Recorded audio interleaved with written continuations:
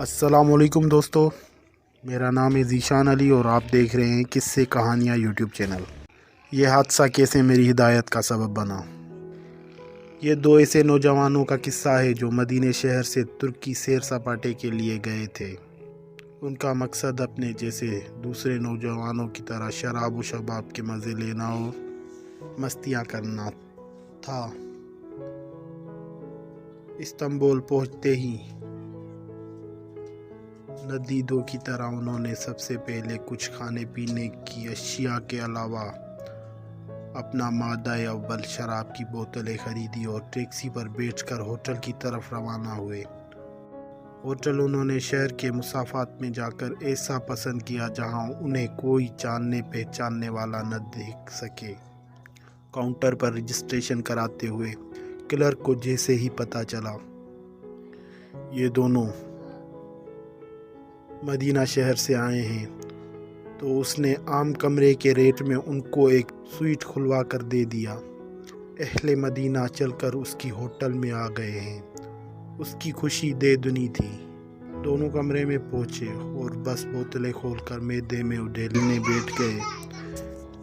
ایک تو کم ظرف نکلا، کچھ ہی دیر میں نشے سے دھت پہ سدھ سو گیا، جبکہ دوسرا نیم مدہوش باقی بوتلوں کو کل کے لیے چھوڑ کر سو گیا۔ ان کو سوتے کچھ ہی دیر گزری ہوگی کہ کسی نے دروازہ کھٹکھٹایا۔ صبح کے 4:30 بجے تھے۔ ایک نے غنودگی میں اٹھ کر دروازہ کھولا تو سامنے کاؤنٹر کلرک کھڑا تھا۔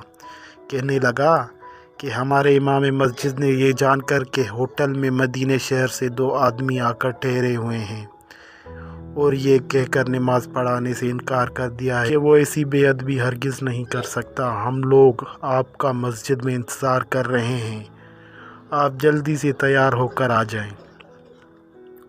اس نوجوان کو یہ بات سن کر حیرت کا شدید جھٹکا لگا۔ اس نے جلدی سے اپنے دوسرے ساتھی کو جگا کر بتایا کہ صورتحال ایسی ہو گئی ہے، کیا تجھے قرآن شریف یاد ہے؟ دوسرے ساتھی نے کہا، ہاں، گزارے لائق قرآن شریف تو یاد ہے، مگر لوگوں کی امامت کراؤں ایسا نہ سوچا ہے اور نہ ہی کرواؤں گا۔ دونوں سر جوڑ کر بیٹھ گئے اور لگے سوچنے کہ اس گلے آن پڑی مصیبت سے کیسے جان چھڑائیں۔ اس اثنا میں ایک بار پھر دروازہ کھٹکا اور کاؤنٹر کلرک کہہ رہا تھا، بھائیو جلدی کرو، ہم لوگ مسجد میں آپ کے منتظر ہیں، نماز میں دیر نہ ہو جائے۔ ایک کے بعد دوسرے نے بھاگ کر غسل کیا، جلدی سے تیار ہو کر نیچے مسجد پہنچے۔ کیا دیکھتے ہیں کہ مسجد نمازیوں سے بھری ہوئی ہے۔ ایسا لگتا تھا نماز فجر کے لیے نہیں، لوگ مدینہ شہر کے شہزادوں کی اقتداء میں جمعے کی نماز کے لیے اہتمام سے بیٹھے ہوں۔ ایک نوجوان کہتا ہے، میں مصلی پر چڑھا، اللہ اکبر کہہ کر لڑکھڑاتے ہوئے زبان سے الحمدللہ رب العالمین پڑھا۔